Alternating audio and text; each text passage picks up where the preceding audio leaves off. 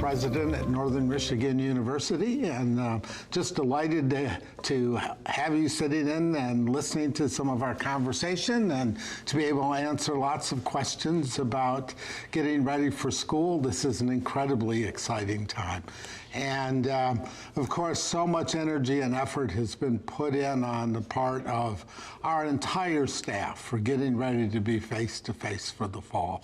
I've talked to a lot of faculty that are as anxious as your sons and daughters are about getting back face-to-face, excited about the fall coming forward, as different as it will be, and very much look forward to it. And I'm sure we'll have a lot of questions today and be able to answer as many as we possibly can about our commitment to keeping your sons and daughters safe, and everyone on our campus community safe, and certainly everyone safe within our broader Marquette and Upper Peninsula community.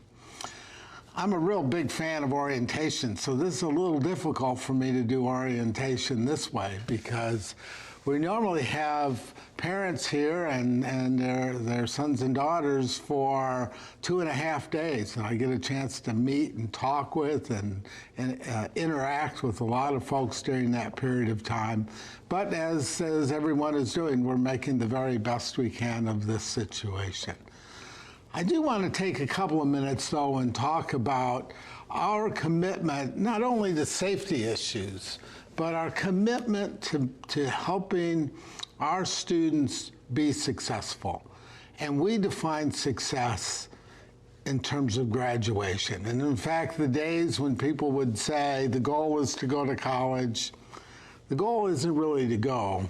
The goal is to graduate, and we are collectively committed to that very ideal. And as I tell a lot of students in a lot of different venues, from my perspective, there are 3 keys. If you do these 3 things, the probability of graduating and having a wonderful and successful collegiate career goes way up. And the first thing that I really encourage our students to do is to find a major for which they have a real passion. There's just no sugarcoating it. College is a lot of work. These students will work harder than they ever thought they would have to work. They'll be studying more than they ever thought they would have to. They'll be, writing long papers and all of those kinds of things. And the simple truth is, if you have a major for which you have a real passion for, the work doesn't seem nearly so daunting. And so if you're fortunate to find that major, and if your sons and daughters are those that haven't made up their mind yet, I often say my favorite major for incoming freshmen is, I don't know. Because we have 180 different programs, there's ample opportunity to explore and learn, and we have all kinds of things in place that really help students find that place. So find that major and talk to your sons and daughters about how important it is to find something for which they have a real passion, for this is something they may very well do for the rest of their life. Second thing, also incredibly important, is take some time to really connect with faculty and staff. We have an amazing faculty here from among the most prestigious institutions in the country. You start to realize where folks come from, and it's just extraordinary, the kinds of backgrounds and experiences that they've had and their eagerness to share that. When you ask our faculty why they're here, they'll almost always give you the same 2 answers. First, they're here because they like the direct personal connection that they have with students. Much more than knowing students by name. It's knowing who they are, what their interests are, how they can be helpful. They love that engagement. And all it takes is the student to just kind of reach out a little bit, ask questions, talk to them on office hours, all those kinds of things. By the way, the other reason they're here is because of the extraordinary lifestyle we get to live here in the Upper Peninsula of Michigan. I was raced late to do this today because the bass were biting, and it was really hard for me to walk away from that today to be here with you.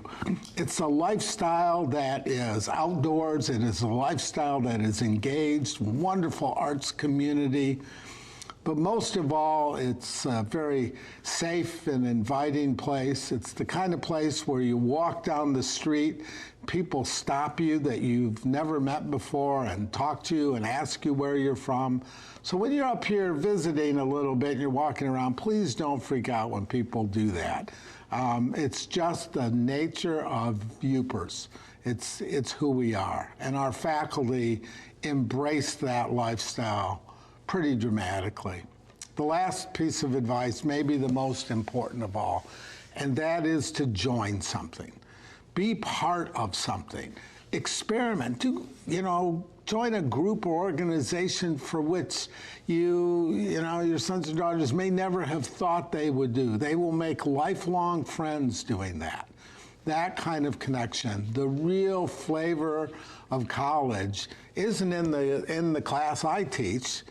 It's really in the experience they have and the interaction with others and the more groups and organizations. And so if your sons or daughters tell you they're just too busy to join, call them out on that. Say how important it is, because it can make a big difference. It creates a support network and, again, lifelong friends. One of the things in my job that I so enjoy is the opportunity to meet with alums.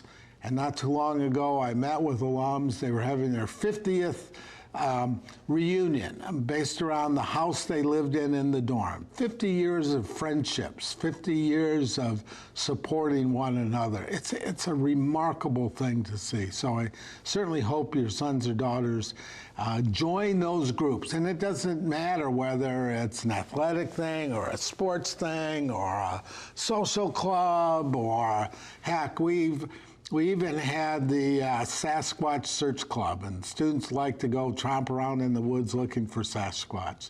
It's not the club that matters, it's the interaction that matters. So please send us lots of questions. I'm going to turn this over to our Dean of Students, Chris Greer, and we'll launch right into trying to answer the questions you might be having. Great, thank you, Fritz. I just want to make a few points before we get to our first activity. So first, I'm also very happy that you joined us today. We'll be answering your questions in a bit, and you can keep texting your questions in. If we don't get to your question, I promise you that someone will get back to you within a few days to answer those questions. Second, you're getting ready to send your child off to college, and I hope you're talking to your students about some important things that will help them be successful. And we'll talk about some of those today. I have been you 4 times. They all survived. They all graduated. It took some of them much longer than others, but they did it. And I learned a lot as a parent going through that experience with the 4 of them. There are many things they will do that will make you cringe and cry and get angry. But if you know about it, at least they're still talking to you.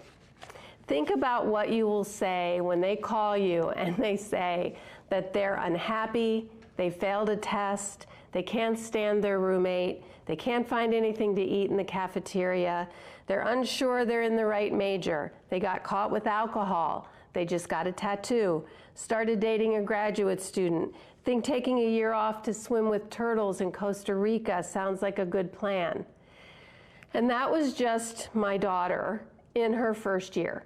If you know her, please do not say anything to her that I just told a wide audience all of that. But it's okay for students to be anxious or upset or angry or uncomfortable or sad at times. We need to get used to not solving their problems for them.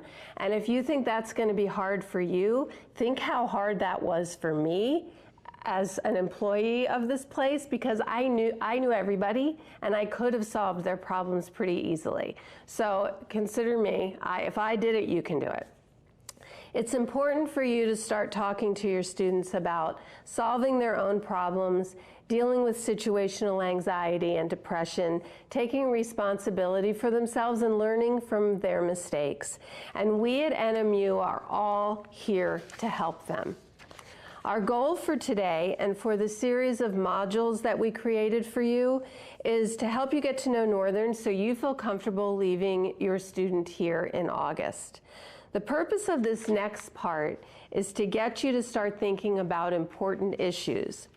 The students who have already completed orientation took their first college quiz during their orientation session. We put the link to the parent version of the quiz on the site that we created for you, and many of you have already answered it. So now what we're going to do is compare the student answers with the parent answers. We will tell you how the majority answered each question. So let's see how you did. Question number 1. Members of this freshman class will each spend how much per week on entertainment and incidental expenses during their first semester in college? The parents said C, $30. The students said B, $20. Wow, they're thriftier than you think they're going to be. So yay for you. However, I'm not sure that that's realistic. That's not a lot of pizza every week. It's not a lot of Starbucks. So $20 sounds great, but it's just something that you might want to talk to them about how much do they think they're going to need for spending money and how are they going to get that spending money. Jobs are great. We have a great system on campus where students can find on-campus jobs.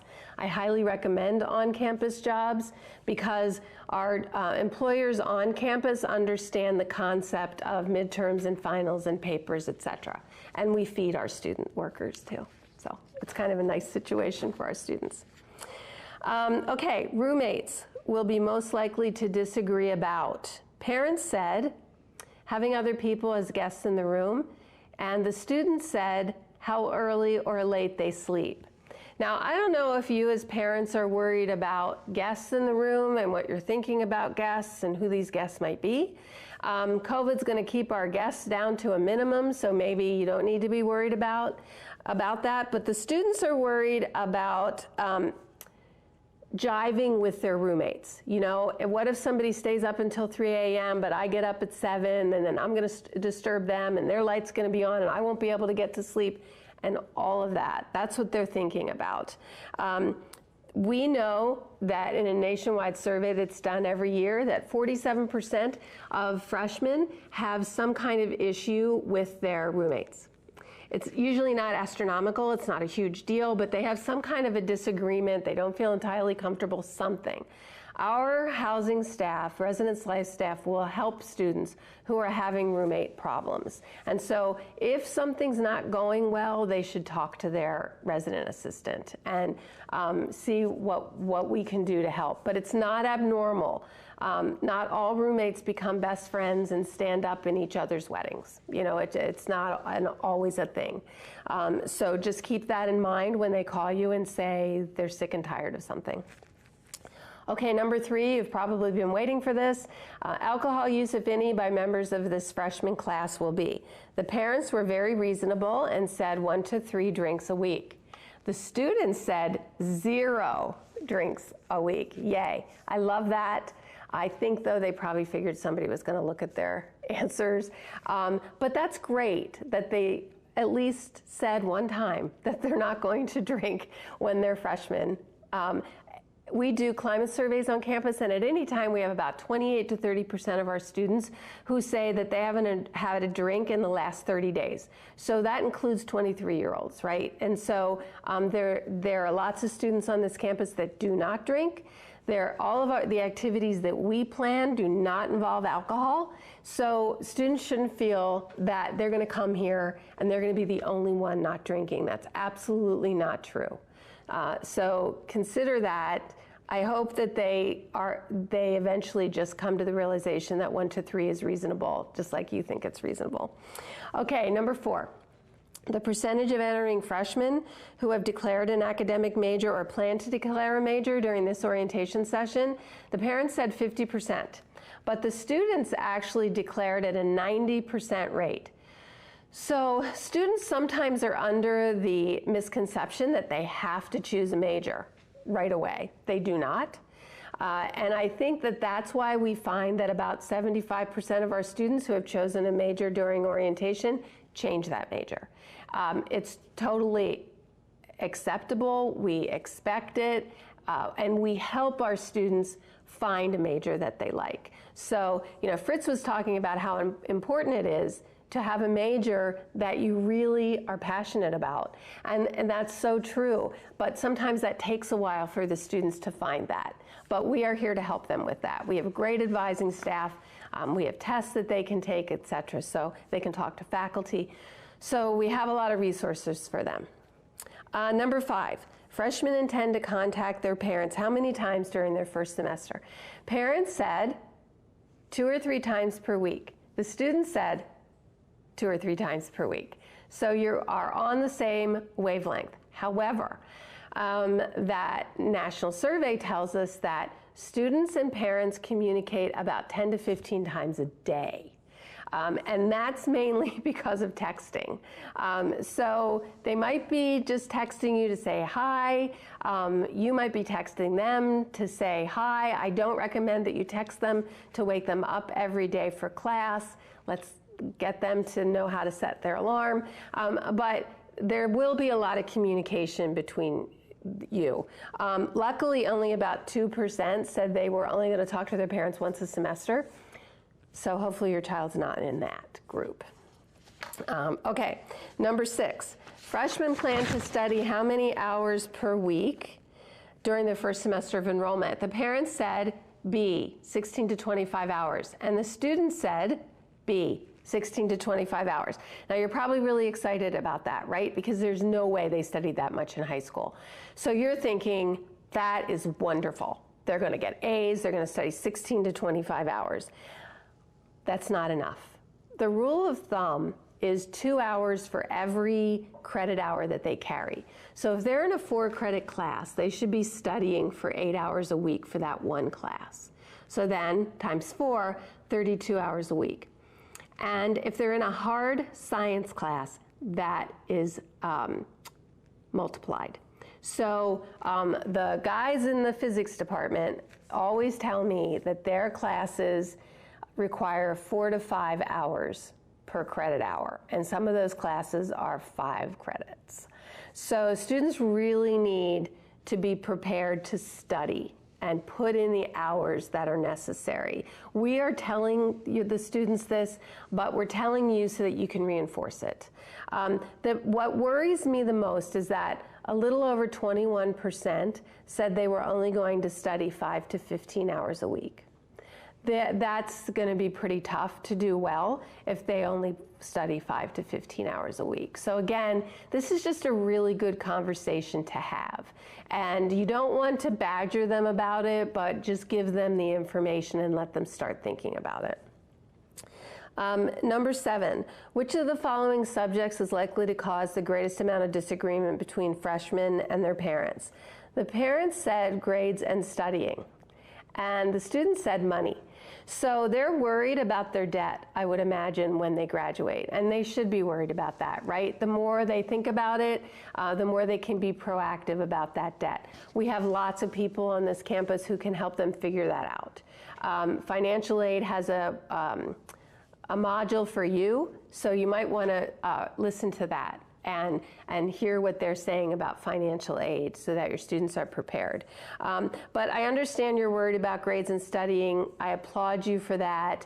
And just ask the questions, as they're going through. I wouldn't ask them, are you studying 8 hours a week for English? I would just say, how's English going? That type of thing. Okay, number 8. What grade point average do members of the freshman class predict they will earn for the fall semester? The parents said B, and the students said A. We don't often see this. Usually B is the answer for students. So that's wonderful that they think they're going to get A's. I hope that the students that are planning to study only 5 to 15 hours a week don't think they're going to get A's, but maybe they will because they're brilliant. We have those students, honestly. But most of our students, you can see, will be in the B range nationwide. About 68% of freshmen earn a B in their first semester. So all B's in their classes, or 3 A's and a C, but around the B range. So that, I think, is something that you could expect. But we seem to have a really motivated incoming class. So maybe we'll see that go up this year, which would be great. Okay, number 9. Members of this freshman class expect to earn their college degrees in. The parents said 8 semesters, and the students said 8 semesters. So they know that that's the standard, right? People go to college, they graduate in 4 years. Nationwide, though, the national average is about 5.5 years. So there's a little play in there. It might not be exactly 4 years. I had 2 that graduated in 4, 1 that graduated in 5, and 1 that graduated in about 10. So, you know, it's all over the map. Students can graduate in less than 4 years if they're really motivated. One of my kids changed his major 3 times, always had a part-time job on campus, studied abroad, and never took a summer class, and graduated in exactly 4 years with exactly the right amount of credits that he needed. So he was driven and he did it. So it can definitely be done. But again, that's just a good conversation. Like, let's do this, you know. Take 16 credits, we have flat rate. One of the reasons that we have a flat rate tuition structure, so you pay the same for 12 credits as you pay for 16 credits, is to motivate students to take 16 credits. And so that's what we like to see, and that's what we will certainly schedule the freshmen for, if at all possible. Okay, and the last question, which of the following is of greatest concern to this freshman class as it anticipates its first year of college? The parents said all of the above, and the students said all of the above, which is pretty standard. They're worried about everything. And they don't know what to expect, really, and so they're worried.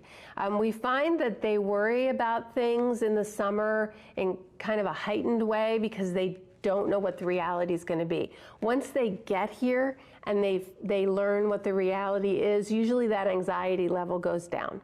So, but right now they're worried. It's good to talk about. We have lots of services on campus that can help them get through this. And we really mean it when we say that we are all here to help our students. We want them to succeed.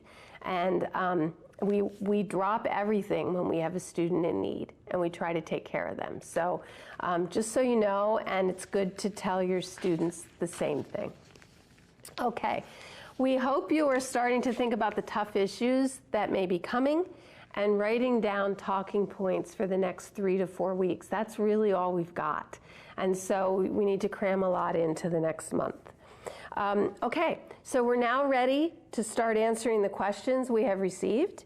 And you can keep texting them to us, so feel free to do that. Are you ready, Fritz? I'm ready. Okay, he loves this, so I know he's ready. Okay, number 1. When reading the lease for the dorms, it states they must be cleared out by November 29th. Does that mean everything that our kid moves in now must go, right down to the command strips on the walls? The answer to that is no. Students that are staying with us the next semester can leave their stuff right where it is. In fact, we'd prefer it. We'd prefer to just leave everything. We would like them to empty the trash, though. And the refrigerators before they unplug them. Oh, the refrigerators, yes, please. Yeah, that would be good. Okay, we'd like to know the plan for students who get COVID-19 and live in a double. Will there be a separate quarantine space, or will the 2 students need to work it out themselves in the same dorm room? So I'll give you my favorite administrator answer. It depends. We are working very, very closely with Marquette County Health Department. We've worked hand in hand, our medical staff, their medical staff, in terms of how these things will happen. On our end of this equation, we've set aside 1 whole residence hall at this time for students that need to go to quarantine or isolation. And there are multiple determining factors if a student needs to do that. We are treating a dorm room, the 2 roommates, as a family unit. And so the fact of the matter is we may very well ask them to go or into separate rooms. It just depends on the situation. Now, it's also important to understand we're testing everybody coming in the door. All the students, all the faculty, all the staff, we're all getting baseline tested coming in the door to begin the semester. We then have, we've purchased and spent, frankly, quite a bit of money purchasing our own testing labs so that we can follow up with students. So if there's, someone becomes symptomatic, we have the equipment that can tell whether it's COVID or whether it's the, rhinovirus or, the common cold or what have you. All of that's being put in place. In fact, I was over with our medical director yesterday reviewing all those protocols, and I'm confident we'll be able to get quick and as accurate a testing as there is available, and then be able to put students in quarantine and isolation as needed. Okay. Will positive COVID students in the isolation dorm attend classes online while in isolation? The answer to that is yes. We want students to continue. The reality for many students that test, if they were to test positive, they may very well be fully functional. They may be asymptomatic. They may, their reaction may not cause them to slow down on their classes. Virtually all of our classes have both a remote or online component as well as a face-to-face. Now, the good news is about little over 85% of our classes will all be straight up face-to-face. We'll still have the ability for students, if they were to become ill, that they can Zoom in. It's also very important for students to adhere to the idea that if you're not feeling well, don't go to class. Zoom in to class or do what the faculty member has set up as those alternatives. Our ability to really help control this virus on our campus is going to be heavily dependent upon the students doing the right thing. Wearing masks. We're going to provide every student 2 masks. We got 20,000 of these things now, all of course with the appropriate logo, and we'll really be pressing wearing masks. We've also have classrooms set up, in ways that all follow social distancing requirements. We've got more plexiglass than I could ever thought a university could put in place. We've got directional arrows on the floors. We've got all kinds of things, limited capacities in classrooms. And so all of those things still feed to this idea, but at the end of the day, if anybody needs to be isolated or quarantined, we'll isolate them and quarantine them, and we'll keep them here on campus. What type of COVID test will be used at move-in, and is it really uncomfortable? I did the test, and it's not really uncomfortable. It's not the one that goes and tickles your brain. You stick it in your nose and answer so, swirl it around, stick it in the swab. It's a no big deal test. It's a no big deal PCR test. And what the test is going to do, it's really going to do 2 things for us. One is provide a vehicle to know whether an individual, whether it be a faculty, staff, or a student, tests positive. And if they do, we'll be able to then put in those protocols. But it also is going to let us know what the prevalence rate is. And that's very important so that we know, how much is going on campus, as well as then having the follow-up. So it's not, we just felt it's not enough to test everybody coming in. We need to be able to do follow-up tests, and that's all being run by our terrific medical staff. How about a non-COVID question? Oh, yes. Okay. What actions is NMU taking to improve the 4- and 6-year graduation rates? You got about 2 hours? Yeah. This It's a long story. This is a long story. We've been, again, we're very committed to helping our students graduate. The interesting thing, probably this is too deep into the weeds, but how graduation rates are calculated, frankly, are just crazy. The only calculation there is comes from the federal government, and it's for students' first time in any college. So if your son or daughter comes to us and they decide that they want to go off and do an architecture program, for which we don't have, and they transfer, and they could transfer with a straight A average, great experience, been here 2 years, we get to count them as a failure. And we do have students that do that. We also get to count as failures anybody that transfers to us. And we have a lot of students that start off in a bigger university that say, I benefit by that direct personal connection, and they come to us. We don't get to count them. But given that, it is really important that we're doing the kinds of things that create a level of engagement for students. And I'll let Chris talk about the new Pick One component. But, it's just such an important part of what we do. We look brilliant now because we decided this last year, but we are putting in place what we call the Pick One campaign, because we know that students that get connected in the first 6 weeks of their first year are more successful. And so we're starting a big campaign for students to pick their one. And the catchphrase is going to be, what's your one? And so hopefully that's kind of, advisors will be asking and faculty will be asking, and we'll all be asking our students, what's your one? So you choose an organization or an on-campus job, if you're on a sports team, anything that gets you connected to the institution. There are going to be prizes. I mean, we are not above offering swag to students to get them to do what we want them to do. So this is a big campaign, and we're really excited about it. And the kickoff will be when students arrive on campus. And we're also doing things like analytics. Oh. I don't know if you... Yeah, the volume of data that we're collecting to try and help students identify problems early on. And so a new analytics team is in place, being able to track it, monitor it. It helps with advising.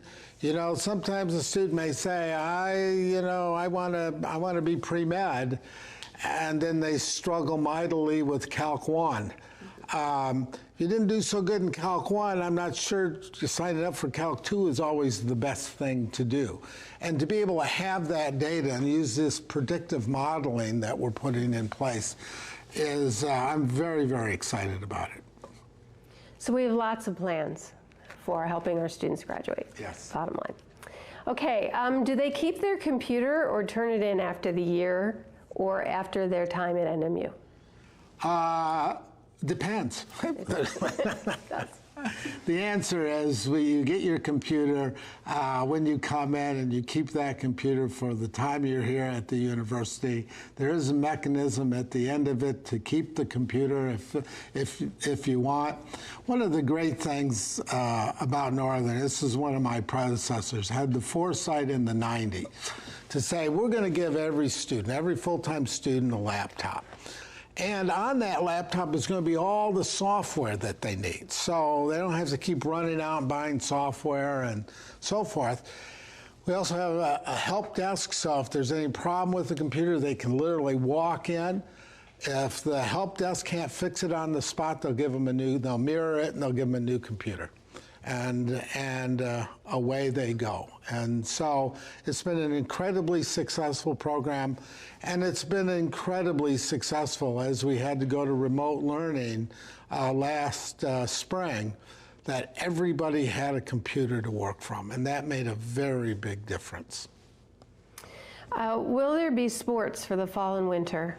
As of this moment, the answer is yes, but who knows? I'm working closely with the presidents of our athletic conferences. We have two primary, the GLIAC for the majority of our sports, and then the WCHA for men's hockey.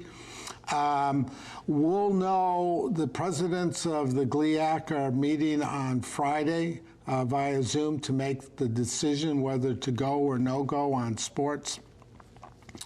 And if it's a go, under what conditions? Will we have fans, not have fans? How would travel work? What are the minimum standards that would have to be applied?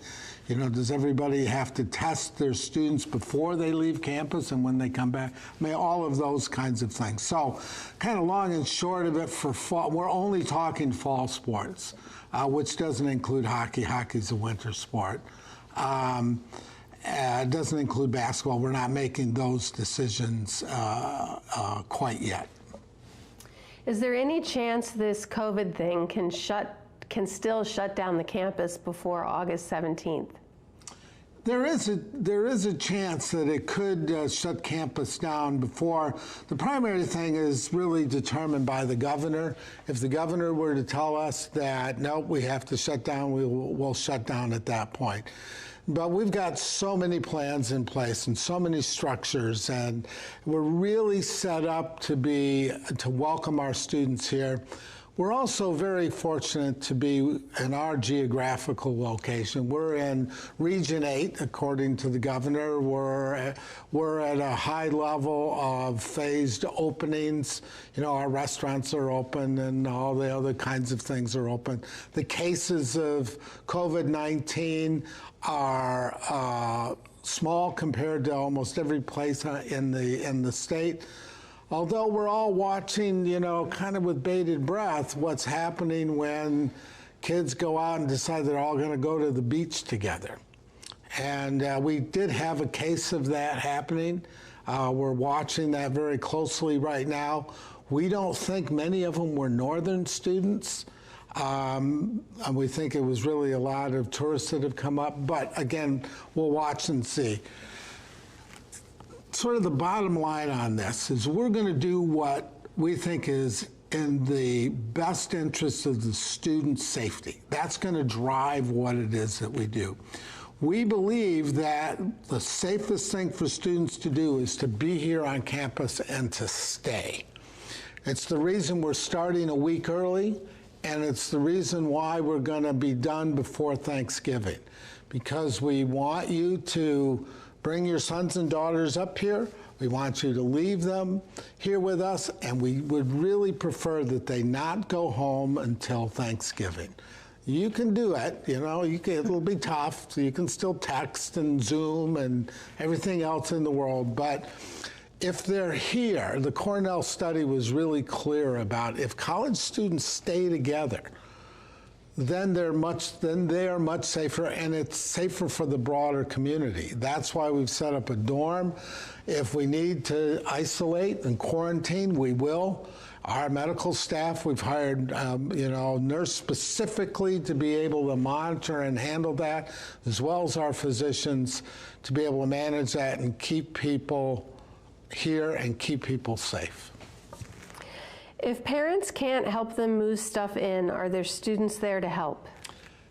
I think so. Yes, definitely. Yeah, good. Yeah, big moving crews. We ordered lots of big boxes on wheels so that belongings can just be loaded into the boxes, and then the students who are returning early to help move in will just take it in. So lots of help. And, while we don't want parents to come into the living areas of the students, we're really limiting that. Some of the public areas are great. When your child, once they move in, you want to walk around campus and, experience and share all that, that's great. I'm disappointed you can't help move into the dorm rooms because I can't help, and I've always liked doing that, Carting in refrigerators and futons was a challenge, but, Big rugs. Big rugs. That's right. Fortunately, everything has elevators now, or almost everything. Yeah, almost. What is the COVID policy regarding visitors and visiting? Will students get a chance to explore the town, off-campus areas? If we come up to Marquette, will our student get to come out to dinner with us? No, yes, yes, yes. So the answer is you're more than welcome to come up and meet with your student, take them out to dinner. We have wonderful restaurants. I've talked with a lot of the restaurant owners in town. You know, they're set up very well. They're following all of the rules. They've done an exceptionally good job with that, in my opinion. So you're welcome to do that. Visitors in the dorms, the living space, no. This is not a time for, siblings to come up and spend the night with them. We'd really like that not to happen because, again, if by chance there was someone that tested positive, all of our protocols for social tracing and need to go into effect. And so keeping people, together in their living areas is what's critical important. But we, come up, go for a hike, go climb Sugarloaf. Oh, is Sugarloaf still open? I think so. I think so. I think it is. I think so. Anyway. Social distancing. Social distancing. But, there's so much to do here. You'll have to give up visiting a dorm room, although it has been my experience. This could reduce the stress on students because they never seem to like to clean those dorm rooms very well. Yeah, much less stress on them. Will the theater be open for parents to come up to see plays? At this point, yes. That's my understanding. Yeah, I think they're limited though. I think that only 64 people or something can fit in the theater. They've kind of set it up. We'd like to keep that focus on parents and family members being able to come to performances and so forth. So, but check before. Yeah. Everything's so fluid. Anything could change. When and where would local students, ones not staying on campus, be tested for COVID? So there's a timeline. They go online, they just sign up, come in and get your test and so forth. And so I think everybody should have received an email by now asking for this. I did. Yeah, I did too. I think we were last. I think we were last. So it makes sense. Will students be kept at NMU for Labor Day weekend? Or will the dorms and cafeteria be closed and they have to go home? No.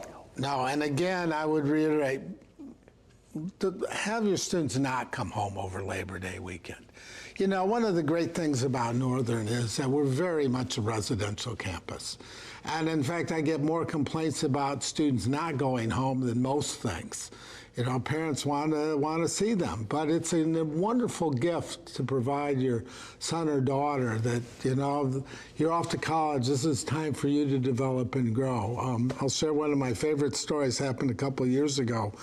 It was getting close to Halloween, and the mother called me up, and she was kind of mad because her daughter hadn't been home yet for a visit. And it was, I didn't want to get into family dynamics too much, but I thought, well, maybe it's far away. And I said, well, where are you from? And she said, Marquette. And my daughter just doesn't want to miss everything that's going on campus and with her friends. And I said, again, what a wonderful gift to provide your daughter and to have that kind of experience. So please don't take them home or get them to go home over Labor Day. It's much better and safer for everybody if they stay. How much social distancing will be expected in the residence halls? So we follow the 6 foot rule, and we're putting together, some really interesting ideas to continue to reinforce that 6 foot rule. The idea is in a dorm room where students live, that's a family unit, so students work as a family unit that way. But when they're out and about, follow the 6 foot rule. Okay. It's a long question, but the basic question is there a bank close to campus? Yes, there's a bank in the Northern Center. And so it's Flagstar, and they're all equipped and set up so students can go open a bank account if they need to and be able to do all of their stuff that way. Do we have to change our student's primary physician? She does mostly virtual visits. Does the campus have walk-in clinic like a Med Express that takes anyone without changing a primary doctor? I believe the answer is yes. So we have a lot of students that keep their primary physician and work with their primary physician and any of those issues, but we also have, in my opinion, just a terrific medical staff, and any student can just walk in the door, although these days they're really asking that you call first. I think this is going to be an appointment year for sure. Yeah, just call and be able to go. And normally it's, walk in, we'll take care of you. This year, the more appointments that can be done and the more stuff that can be done virtually. I've been talking with our physicians, they prefer to be able to do stuff by Zoom when they can, although they're not averse at all to doing the important stuff face to face. Do you prefer Melted or Smoothie King? Well, I'm lactose intolerant, so I'm not a melted guy. My wife would make me sleep in the garage if I went to Melted. I guess that would be the best answer I could give. There you go. Will a bookstore be open move-in dates? I need to get a sweatshirt. Yes, and you should buy lots of sweatshirts. Yeah, buy a couple. No, the bookstore is open now, continues to be open. They're set up very well there. You just go right in the front door of the Northern Center.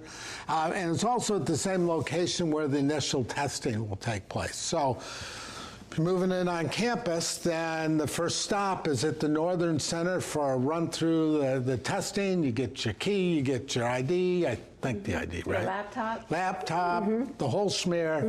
You can go down, then just go right downstairs, go to the bookstore and buy lots of swag. Yep. I think this is a really good year to order textbooks in advance, and you can do that. You can go to the bookstore website to find out how to do that, but because then you just go to customer service and pick up your bag of books.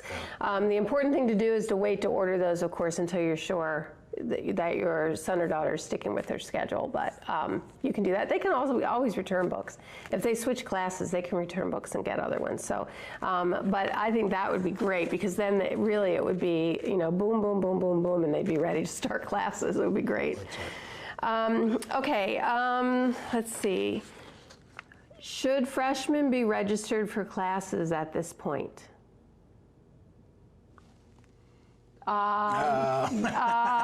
If they've been through orientation, they should be registered. Yeah, I think that's the case. Yeah, so if they haven't been through orientation for some reason, there are 3 stages of orientation. So they have to complete stage 1 and stage 2 before they can meet with their advisor to get their class schedule. So just make sure if your student doesn't have their schedule, that means they probably haven't completed stage 2, which they do on their own. So that would be the question that I would ask. So, if a student is interested in a major that is not offered at NMU but is willing to put forth the work to develop a customized program or blend 2 different majors that are offered, what department can they work with to see if this is a possibility? Work with your advisor. Yes. We have a wonderful advising staff that can talk you through that. We do have students that really develop a customized program. It's a wonderful thing. It's a lot of work to do it, but the outcomes can be extraordinary. And I'm very encouraging of students who find really unique mixes of programs, create a real niche. And so I think it's a great thing to do, and the folks in ACAC will be more than willing to help your son or daughter out through that process. Do students need a local bank account, or can they keep their existing account at home? I believe they can keep their existing account at home. I know, my son and daughter, when they went off to college, they do everything, remotely anyway. I don't think they'd know what the inside of a bank looks like anymore. I mean, it's all my son lives in Massachusetts right now, and his bank is here. Right, yeah. They don't walk into banks anymore. They just don't. What accommodations are made for students that have food allergies? So food allergies, very important part. In our Northern Lights Dining, our main resident dining hall, we have a room that's set up specifically for food allergies and allergens and so forth. And the way a student works through that is that they just connect with our registered dietitian. The dietitian takes them in and shows them how, and then gives them the pass to get in the room. The room isn't available just anybody to walk in because you like, I don't know, gluten-free bread. Right. Although I think there are a number of those options still out and available for everybody. But we're very protective of the allergen room in terms of who gets in there, what they can do, and so forth. When will students be allowed to move in? As soon as they take their test. Right. So. August 8th, I believe, is the first move-in date. So I hope they've all received the email asking them what day they want to come. We're limiting move-in per house to 5, I think, per 3-hour period, just so we don't have a whole lot of people hanging out using elevators, etc. So your students should be signing up for all of that. But we'd like most students to be in between August 8th and August 11th, because that gives us a good 5 days before classes start to be sure that we've tested everybody, that everybody's ready to go. So so make sure that they've signed up for that. We had a question about if we're coming, and my student is moving in on Friday before classes start, so I don't know what date that is, 17th, 14th. Will she be able to leave for the weekend and go camping with us? Yeah, we don't have any restrictions on that. We would ask that you all practice, appropriate hygiene and social distancing and all of those kinds of things. But it seems to me anyway, going off camping is a great thing to be able to do. The only thing that I would say is that first weekend, well, actually, once students move on campus, now it's a longer period, but we used to always talk about the first weekend, is a really important time for students to connect with other students.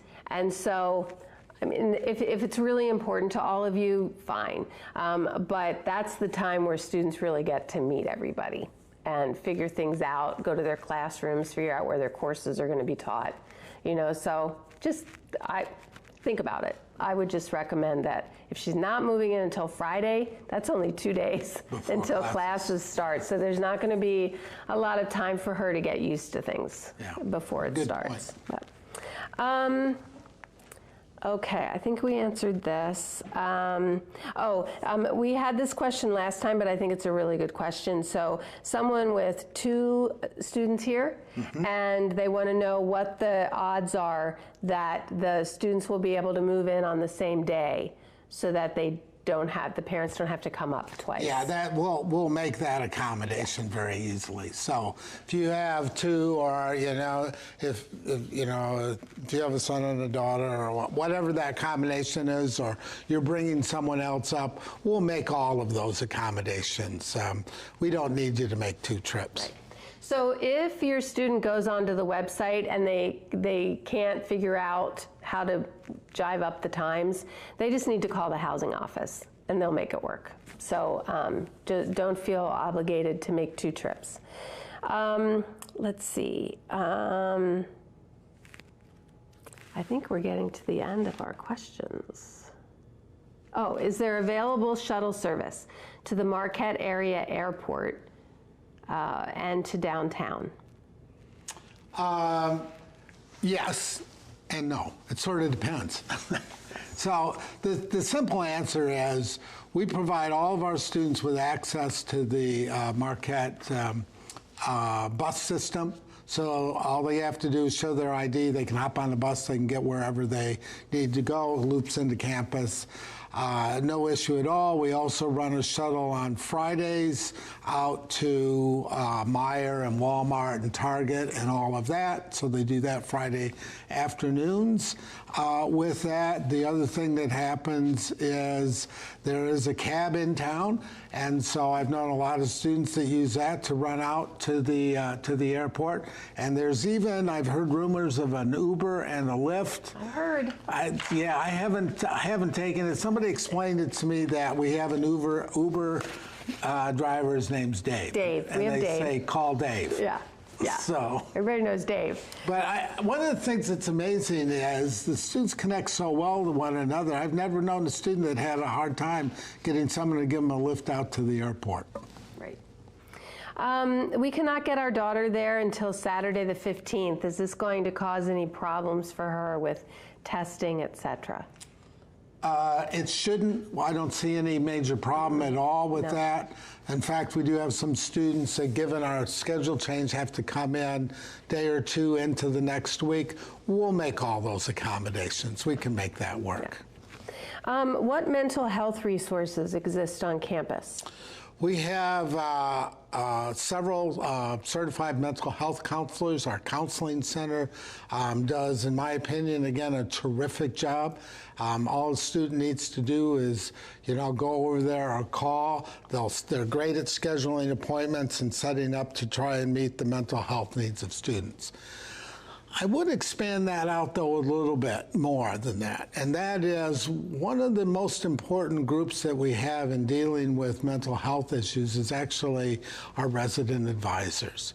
And our resident advisors in the dorms do a wonderful job at helping students feel welcomed and supported, and are often the first line of, I don't know what to do. And connecting with that RA can be just an invaluable experience. I asked a group of RAs once, I said, well, tell me what it is that an RA does. And without skipping a beat, they said, our goal, our job is to keep everyone involved and active. And so when students move into the dorm, the house concept that we have, which is roughly half a floor of a dorm, the RA works really hard to connect that group of kids together. And it's a wonderful thing to see, and I think it really does help alleviate a lot of the mental stress that students feel when they come off to college. One of your favorite questions. Can first-year students have cars, and what are the positives and negatives of having a car? So the question should be, should Yeah. they have? The simple answer is yes. All students are welcome to bring a car and get a pass. They can park it. Couple of important things you have to remember. If your freshman brings a car, expect the following. One, they will become the Uber driver for their house or their dorm. They'll say, so-and-so has a car, let's go get him or her and we'll go off to the falls, or they'll give us a ride up to Sugarloaf, and and so that's just part of what happens. The second thing, you may not be aware, it does snow here.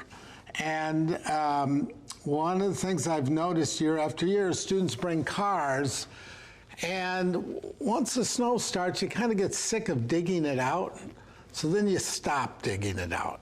And then the snow plows come by, and they add more to it. And sometime in February, we usually have to go around and put cones on piles of snow to mark them that there's a car under there so the plow doesn't hit them with that. And then watching students have to dig out. Now, I will say our staff does an amazing job trying to help students with that. If they're going to bring a car, my only real advice is make sure you bring a shovel. A shovel will be invaluable. Okay, my daughter has a class that ends late in the evening. How safe is it for her walking campus by herself? So it's incredibly safe, but don't do it. We are a remarkably safe campus, always in the top 20 safest campuses and communities in the country. One of the challenges, though, that we have is that because of that level of safety, students can feel a little bit invincible. I would really rather have them not walk across campus at night by themselves. And we have wonderful services. All they have to do is call public safety. We have students on standby that will come right over and walk someone back to camp or back to their dorms or wherever. Use that service. Okay. What are the programs and/or facilities available for students to exercise? A couple of really important ones. Of course, we have the great outdoors and the lake, and if you come to Northern and you don't experience kayaking and skiing and fat tire biking and all those things that we provide, you've really missed something. So, try all those things out. And if you don't know how to ski, downhill ski, and you can't find someone to teach you, give me a call. I love to teach students how to ski. We just have a great time doing it. But on campus, we have the PEEF, our Physical Instruction and Educational Facility. Not my favorite name, by the way. We have the PEEF, and they've set it up now in such a way that it does conform to all the social distancing requirements. Machines are 10 feet apart, and they've done all of those things. So that'll be all up and operational for them when they come in. It's a terrific spot with basketball courts and all of that stuff. There's also, with the dorms, we have the Fit Zone, which is another wonderful place where we only allow students to go. We don't allow anybody else to go into that facility other than students. And I know our students have really appreciated that over time. Should my student bring their bike to get around campus? Can anyone use the bike racks? In my opinion, yes and yes. A bike's not required. Sometimes students think a 5-minute walk is just forever, but the reality is everything's within easy walking distance. Bikes are really, really popular. Anybody can use the racks, and we've got very good bike racks all set up, and so it's a great thing to be able to do. And our student government has a bike share program, so I think they usually have 15 to 20 bikes. And students can check them out through the library services. So they are well maintained, et cetera. So that's a good service for our students. Well, and Rec Services provides fat tire bikes. So if your son or daughter says, I need a $3,500 fat tire bike, you really don't have to buy them that. We have an ample supply of fat tire bikes because we love to see the students. All they have to do is check them out, and they can go ride the trails all year round. It's amazing to watch in the winter. It's just the amount of bike riding that happens in the winter is just extraordinary.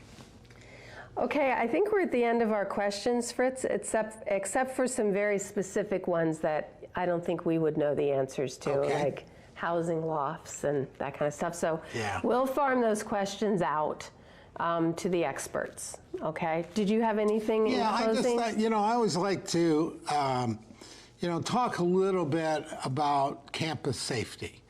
The safety of your children is so very important to us, and you can help us out a great deal if you help drive home with just a couple of messages. First of all, the most important thing to do is to impress on your sons and daughters how important it is to be under control. When students lose control, that's when we have potential problems. So, look, students are going to go to parties. Whether they drink or not, you don't leave drinks by themselves and alone. That's just, that's some basic common sense. You don't walk across campus at night alone. It's just not a smart thing to do, even as safe as we are. If students stay in control and stay with each other, it makes a big difference. The other thing is we have the wonderful resource of Lake Superior. It's phenomenal. But when the gale, particularly when the proverbial gales of November crank up, and the waves are breaking over the jetty and the lighthouse, it's a real draw. It's a real draw to walk out on those rocks, and feel that spray of the lake and so forth, but it's also can be very dangerous if you're not accustomed to it.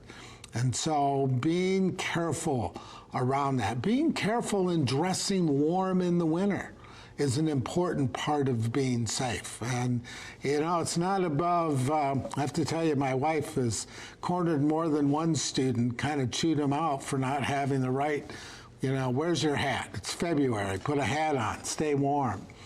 It's very important that they do that and that they stay in control.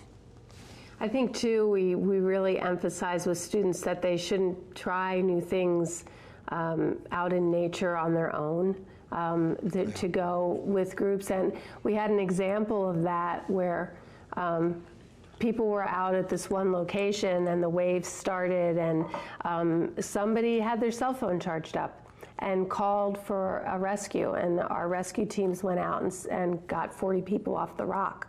So, you know, that was an example of what we teach our students, is to always be prepared for any eventuality and don't go by yourself.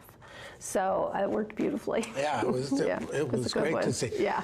Don't go out on Little Prescott. Yeah, be careful there. Oh my Don't gosh. go out there. Yeah. We all have stories. Yeah. Okay, well, thanks for joining us today. I hope you enjoyed it and that you're feeling a little better about leaving your student with us in August. If you have additional questions, you can submit them at the link in the description of this session, and someone on staff will respond as soon as possible. So have a great weekend. Thank you.